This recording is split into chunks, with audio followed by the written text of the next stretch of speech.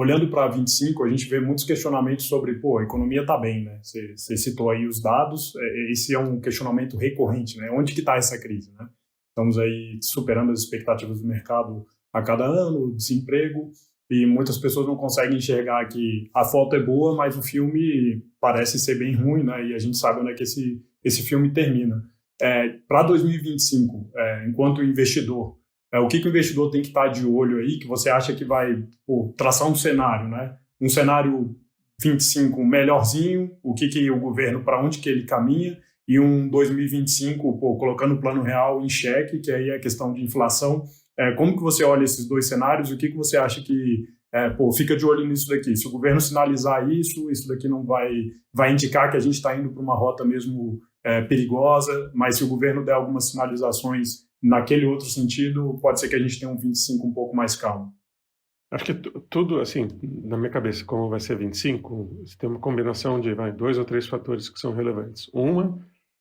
Número um, a gente teve uma piora dos preços, né, dos ativos brasileiros espetacular em 2024. Né? Então, de fato, eles estão hoje muito mais baratos, né, do que eles estavam. Daí para eles ficarem ainda mais baratos, para eles caírem muito mais, eu acho que a gente precisa de novas notícias negativas. Acho que a gente já teve uma piora bem significativa, né? Então esse é o primeiro fator. O nível inicial de preço já é muito mais baixo, né, dos ativos, porque no fundo hoje já precificam muito mais risco e incerteza do que precificavam no começo do ano passado. Essa é a condição inicial é importante. Número dois, o que todo mundo vai olhar se você tem notícias incrementais de, de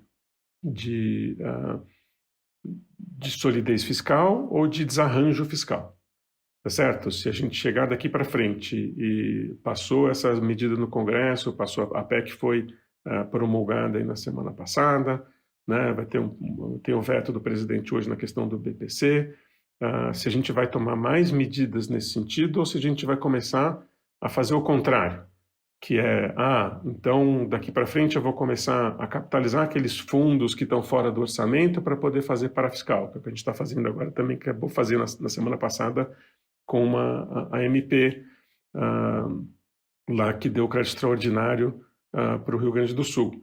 Né? Então, no fundo, assim, daqui para frente, a gente vai seguir no caminho de gradualmente demonstrar mais compromisso com o fiscal, ainda que obviamente não vai resolver, porque ninguém acredita que, né, nesse ciclo eleitoral você vai resolver, mas se a gente vai caminhar na derivada de melhoras no arcabouço fiscal, ou se a gente vai continuar no caminho de pioras da parte institucional e fazendo aquele me engana que eu gosto, você gasta com coisas que estão fora do orçamento, fundos, etc., para fiscal, eles não aparecem exatamente no resultado primário ou no primeiro momento, mas eles aparecem na dívida ao longo do tempo. Tá certo? E a resposta é para onde que a gente vai caminhar nesses dois casos? Eu acho que, infelizmente, a gente vai caminhar nos dois. A gente vai ter notícias que são marginalmente positivas em alguns aspectos, mas a gente vai também coexistir com medidas que são ruins do ponto de vista institucional e fragilidade do arcabouço fiscal ao longo do tempo. Então vai ser difícil você, de fato, distinguir ao longo do tempo se o país está numa trajetória de melhora ou piora. Tá certo? Então por isso que vai ser eu estava falando meio que uma montanha-russa. Né? Você vai lá, às vezes parece que você está bem, às vezes você está um pouco mal, né? Mas não acho que vai ter claramente um divisor de águas. Assim, a partir deste momento está claro e evidente que a gente está indo para uma melhora ou para uma piora. A gente vai, né? Você vai ser sempre dúbio, ao longo do tempo você vai aprendendo várias medidas. De verdade, assim, eu não vejo nenhum compromisso do partido do governo em tentar ter o mínimo de responsabilidade fiscal. Zero. Tá? O Congresso está lá, enfim, muito difícil ver o Congresso atuando de maneira proativa para consertar um problema do Executivo. Não vai acontecer. Nunca aconteceu, não vai acontecer. Né? A gente vai precisar ficar vendo o tempo inteiro, né, se as coisas estão melhorando ou piorando. Num contexto internacional, também potencialmente mais difícil. Né? O Trump assume no dia 20, né? E qual vai ser a sequência de tarifas enfim, e encrencas que ele vai arrumar com o Brasil. Eu acho que o Brasil é o principal alvo dele, está muito longe, né? O Brasil, infelizmente, é irrelevante para o mundo, né? Talvez ganhe uma manchete de jornal aqui ou ali, mas o Brasil é praticamente irrelevante para qualquer outro país do mundo, né? Então não acho que tem tanto risco para o Brasil assim diretamente, mas não acho que vai ser um risco positivo, porque isso no fundo o Brasil depende de exportar commodities, depende no fundo do mercado internacional enfim, de bens e de serviços andando bem. Mas se tiver muita tarifa, você vai causar um certo desarranjo, o comércio internacional tende a sofrer um pouco, a gente vai sofrer um pouco por commodities, né? Mas não acho que o Brasil é particularmente muito afetado com o mundo. Então, assim, de novo, não tem uma resposta para você. Eu acho que vai ser, assim, o ponto fundamental. A gente já teve uma piora muito grande, né? Os preços de ativos já caíram bem. A moeda caiu quase 30% no ano, um negócio, assim, extraordinário. A taxa de juros já teve uma evolução absurda, já tem muitos ativos que estão muito mais baratos, né? Então, no fundo, com a cabeça de investidor, eu estaria mais propenso a comprar ativos brasileiros hoje do que vender. Mas tem que ser feito com cautela, porque não tem nenhuma garantia de que esse processo de piora institucional está perto do fim, e com um ano que a gente, né, tem essa ansiedade sobre o que vai acontecer até as eleições de 26. Em 26, daí todo mundo só vai olhar para a eleição, ponto final, aí vai ser uma grande, digamos, aposta no resultado da eleição, né? E binária nesse sentido. Mas se houver uma mudança nos rumos, a gente tem uma capacidade dos ativos terem uma performance absurdamente positiva, né? Mas 25 vai ser um ano duro. Tentar trazer uma provocação aqui, até para tentar deixar o clima um pouco mais leve, porque queria ouvir sua opinião, Daniel, sobre a chance de tudo que estamos prevendo não acontecer e acontecer o oposto. E eu sempre faço aquela brincadeira no final do ano, olha o que esperavam no começo do ano, olha o que aconteceu. Pô, tem maneiras mais dignas de perder a credibilidade do que fazer projeção, né? O Jakurski costuma dizer isso, né? E no Market Makers, o último episódio que a gente gravou em 2023 foi com o talentosíssimo Bruno Serra, na época Banco Central, e estava entrando no Itaú, né, para gerir os fundos Janeiro, da família de fundos do Itaú. E o título era Razões para acreditar num dólar a 4,20 em 2024. Bom, não foi o que aconteceu, né? E acho que até um episódio que é legal para mostrar que gestor é pago para mudar de opinião, né? Porque o fundo do Bruno Serra bateu o CDI, ficou levemente acima do CDI, mesmo começando o ano achando que o dólar ia para baixo, né? O cenário mudou, ele mudou de opinião, mudou de posição também, mas tudo isso para dizer que parecia muito claro, ele não era o único que tinha uma visão que o dólar poderia cair, mas devido a várias mudanças nos cenários projetados, no que era projetado, o cenário final mudou.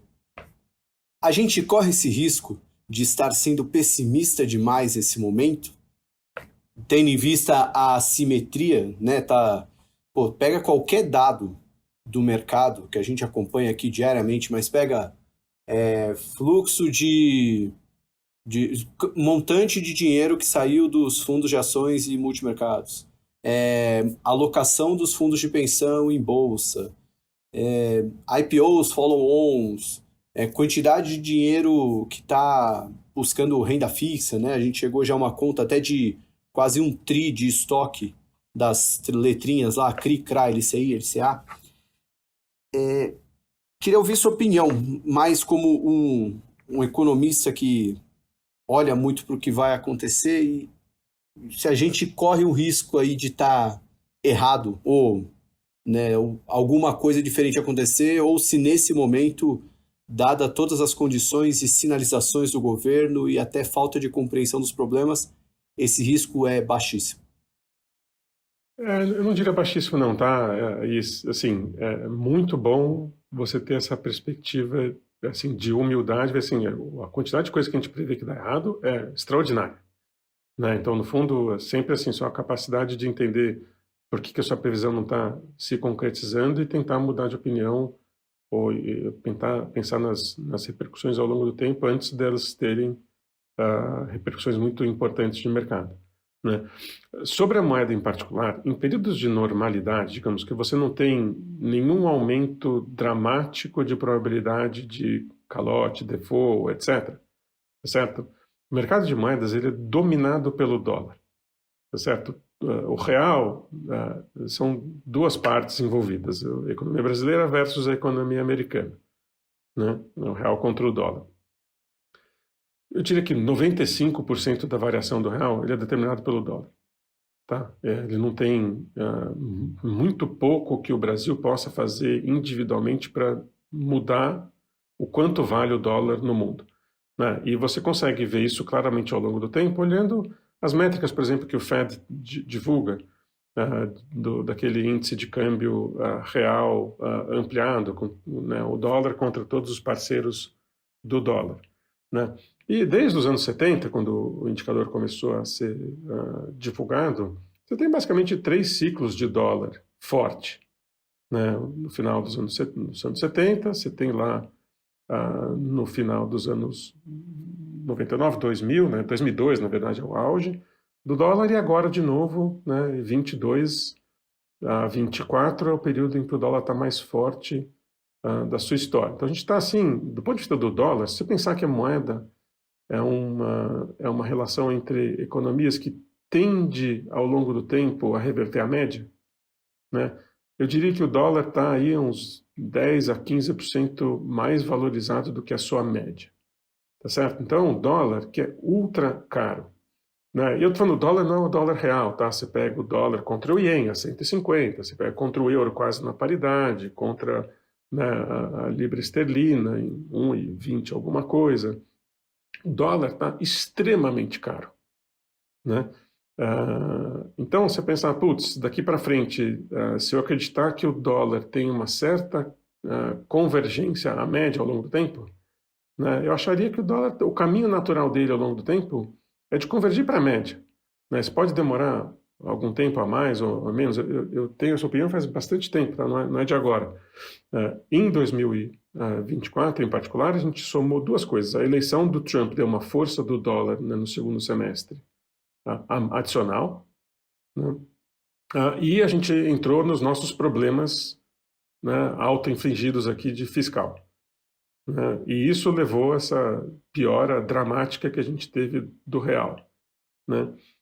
Ainda que essa segunda fase, como eu falei, né, dos problemas fiscais, e está dando sinal de melhor ou pior ao longo do tempo, serem difíceis de observar agora, pode ser que aconteça, mas me parece pouco provável. O dólar é difícil contar com uma valorização extraordinariamente maior, porque o dólar já está ultra caro, né? Então, assim, para mim, o caso de você estar certo e a surpresa benigna acontece, se por algum motivo a economia americana começa a fazer com que a moeda comece a convergir para a sua média histórica, né? E se isso acontece, se a gente vai para perto da média histórica, aí o real pode cair aí para 4,50, enfim, óbvio que não em 25, mas ao longo do período. Então, eu não vejo como isso como um fator impossível, não. Eu acho que é possível. Eu acho que ao longo do tempo, em termos reais, o dólar deveria cair, tá? Porque eu acho muito caro. Enfim, estando lá presente lá, você vê claramente como a moeda é cara, tá?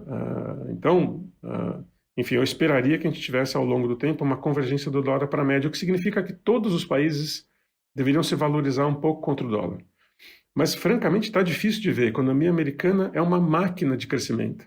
É uma máquina de produzir lucros das empresas, é uma máquina de produzir inovação, né? Enquanto o resto do mundo, você pensa nos blocos que poderiam ser, digamos, antagonistas, né, que poderiam pegar esse bastão aí e concorrer com a economia americana, puxa, a Europa está em maus lençóis, O modelo de crescimento parece meio quebrado, em particular da Alemanha. Se as tarifas forem adiante na intensidade que se propagandeia, difícil ver como a economia europeia vai bem. A China, idem. Né? O Japão, acho que está no seu momento único, está tendo uma melhora importante de economia, mas me parece insuficiente para fazer frente ao dólar. Então, não parece claro que está um ambiente para o dólar começar a convergir para a média em 25, né? Ou em 26, mas, enfim, eu acho que tende a acontecer ao longo do tempo. Eu não sei quando que vai acontecer, mas tende. Então, essa probabilidade que você diz, sentido que está tudo errado, e a gente olhar no final do ano que vem, o dólar está a 5 e não a 6,20, e falar assim, puta, por isso a inflação, então, foi bem menor do que aquela que a gente temia, o Banco Central teve que subir menos ou acabar tendo que cortar juros mais rapidamente, você entra num ambiente um pouco melhor. Eu acho muito difícil de você dar zero essa probabilidade. Muito difícil. Eu colocaria uma probabilidade até que razoável. Não nessa intensidade, né, porque eu fiz uma intensidade assim só para marcar o caso, mas eu acho que tem uma probabilidade aí, sei lá, 20% disso acontecer.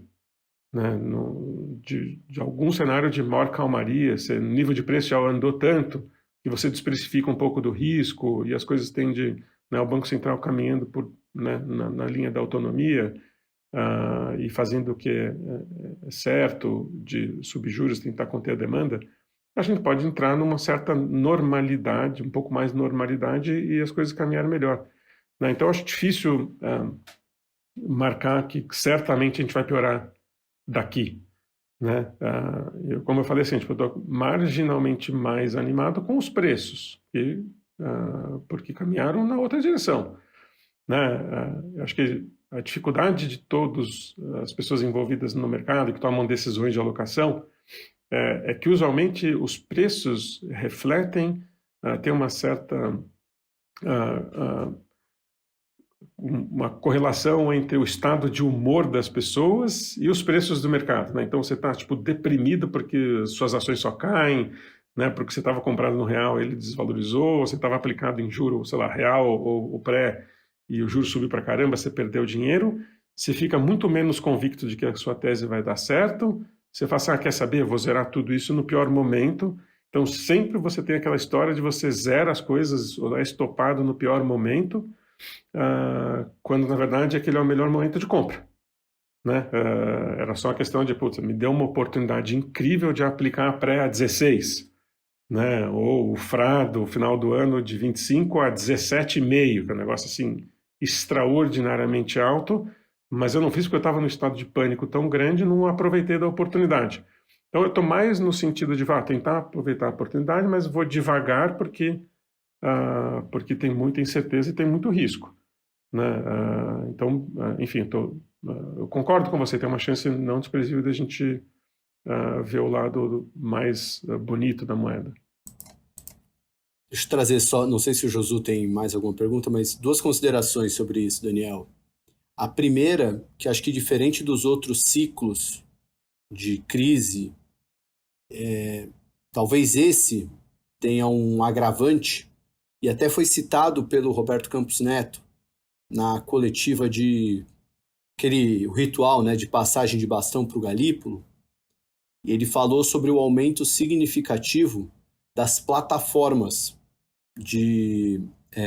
mais de investidor de varejo, pessoa física, que hoje, diferente vamos pegar, talvez a pandemia foi algo muito rápido, nem deu tempo de se mexer, mas se pegar a crise que culminou no impeachment da Dilma, a gente não tinha essas Avenue, Nomad, todas essas plataformas que hoje, pelo aplicativo, eu mesmo posso já comprar dólar, já internalizo minha carteira, já faço todos os movimentos. As próprias plataformas, né, BTG, XP, também já permitem isso.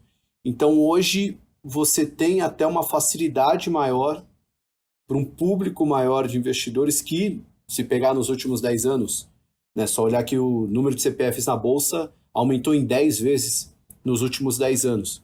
Então, o número de pessoas mais se tornaram investidoras de fato, né, aumentou significativamente. Então, a gente tem uma quantidade maior de pessoas que podem se mover nesse momento. Fora que final de ano já tem um pouco dessa ciclicalidade, né, de remessa de dividendos e tudo mais, mas isso pode ter agravado um pouco mais e pode ser algo, não vou dizer estrutural, né, mas assim como esse dinheiro, ele pode ter ido embora e talvez não volte tão cedo, né?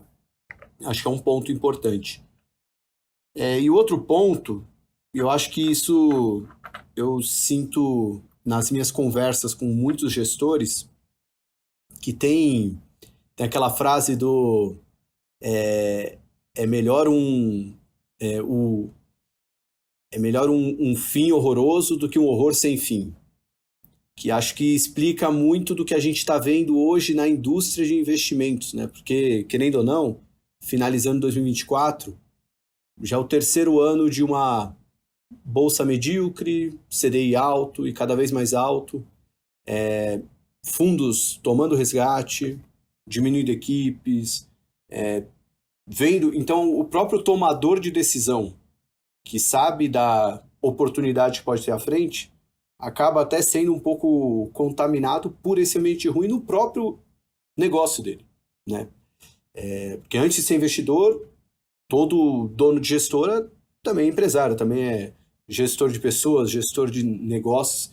Então, acho que isso também acaba contaminando um pouco nessa sensação de, putz, não para de piorar. Cadê o final horroroso, né? Eu tô num horror sem fim. Enfim, eu acho que isso também acaba contaminando um pouco essa percepção de a dificuldade de enxergar uma oportunidade. Eu até digo isso porque nesses dias de mais calmaria, eu tenho conversado mais com, vamos dizer, aqueles gestores que não se preocupam tanto com o passivo, ou gestores gestores de ações que já estão não tem esse problema, né, de estar em plataforma tomando resgate, diminuíram de tamanho, mas ainda tem um tamanho muito grande. E eles estão animados, eles veem uma grande oportunidade, né? A gente até vê recentemente na CVM os aumentos de participação de algumas gestoras em determinadas empresas, acho que isso mostra bem isso. Mas acho que o próprio ambiente negativo no negócio do gestor acaba contaminando um pouco a percepção dele. Eu concordo bastante com isso. No fundo, a gente passou por uma tempestade perfeita, né? Desde, sei lá, o surgimento de um monte de instrumento isento de imposto. Nós teve o problema lá problema, né, para o universo dos fundos de investimento do come cotas, e reorganizou de maneira brutal os clientes e como eles se organizam. E junto com o que você estava falando desde no comecinho, né? O Brasil tem um home bias muito grande, né? No sentido assim, as pessoas no Brasil têm o costume de investir muito pouco fora do Brasil, né? Grande parte do dinheiro das pessoas é mantido aqui, mesmo as pessoas mais sofisticadas, o percentual da carteira dela no exterior é muito pequeno, né? E há uma diferença assim muito fundamental em relação à Argentina, né? A Argentina tem uma desconfiança da economia como sempre. Qualquer dinheiro que as pessoas ganham na Argentina compravam dólar imediatamente. Aqui é o contrário, as pessoas nunca compraram dólar, né? Em parte o CDI era muito alto, então você sempre fazia a conta do tipo, putz, né, vou perder, aqui nem agora, né, vou perder 15% ao ano para comprar dólar, né? Você está deixando na mesa um retorno bem significativo, né? Então você tem esse home bias junto com uma série de coisas que colocaram resgate, a performance ruim, os riscos fiscais e tudo. Hoje a gente tem uma oportunidade nos ativos brasileiros? Eu acho que tem. Agora, é verdade também que a gente tem muito mais risco nos ativos. Então, não é só...